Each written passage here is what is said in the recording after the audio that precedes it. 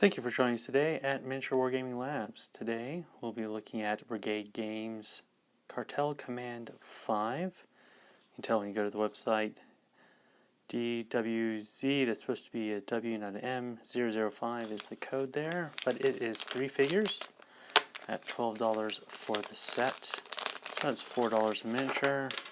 Comes with bases here. So in this set, 3 guys with pistols. So lightly armed.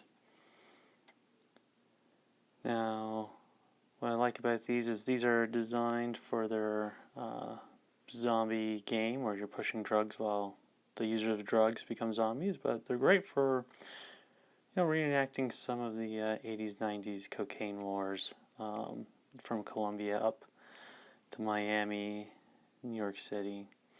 But since these are fresh molds, and I got these with the Kickstarters, you can look across the top of the heads. No mold lines running through the hair. So there are going to be some slight mold lines along some of the arms. There's definitely some flashing. We'll have to take care of that. Extra thick pistols so they can survive the molding process. Let's go ahead, get these cleaned up and on the table and see how they do with the rest of the collection.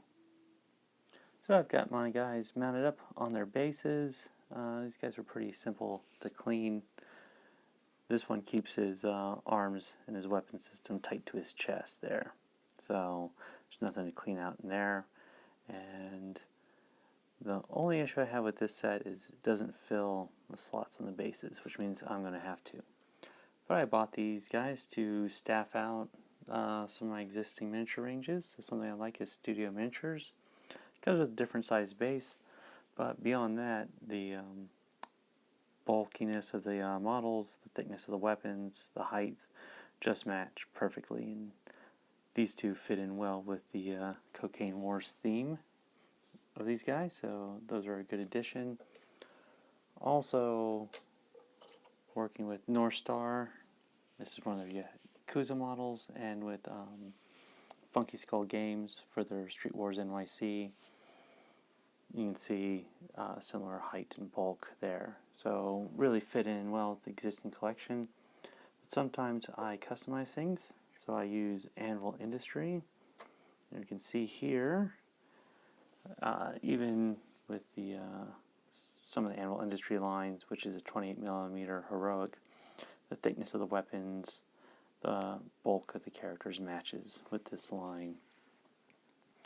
The only issue you'll really come into is to do something more 28mm true scale. So I've got Baba Yaga from Spectre Miniatures, and true scale models, they're just going to be slimmer on both the body and on the weapon system. So it won't match up perfectly, but good enough. Now let's see how these guys do with my terrain. So I have the guys on 2 of my terrain tiles. And the terrain I like to use on top of these tiles are MCP, because even though it's scaled for 40mm, works great at 28mm. So you can see the trash can, the bodega, and the lamppost, and the MCP car. I also threw in a taxi cab that I bought for $5 from a grocery store. Touch big, but for $5 you can't beat that as scattered terrain. So you can see these models just fit in with my existing terrain. They fit in with my existing miniatures. That's why at $12, basically $4 each, they're great for my games of Modern Warfare using either Spectre Miniature, Spectre Operations, Black Ops, Drug War Z. These models are great for rounding out an existing collection to add more and different models. Well, thank you for joining us at Miniature Wargaming Labs. We'll see you next time.